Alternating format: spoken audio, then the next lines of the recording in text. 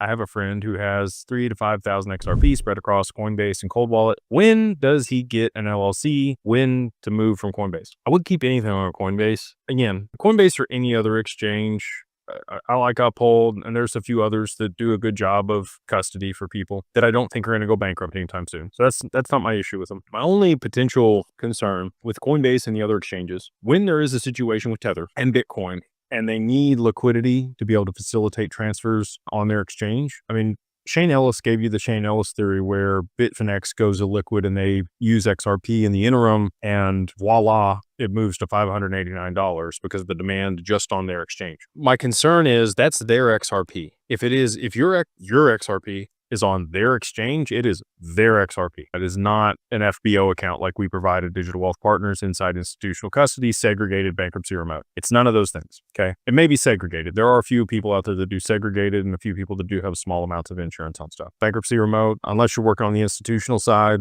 which some do have it, Anyway, if you got 3 to 5,000 XRP, you're not on that side. And not to poo-poo on anybody, I'm just keeping it real. I would get it off there, get it on your cold wallet, just so that you don't have any counterparty risk.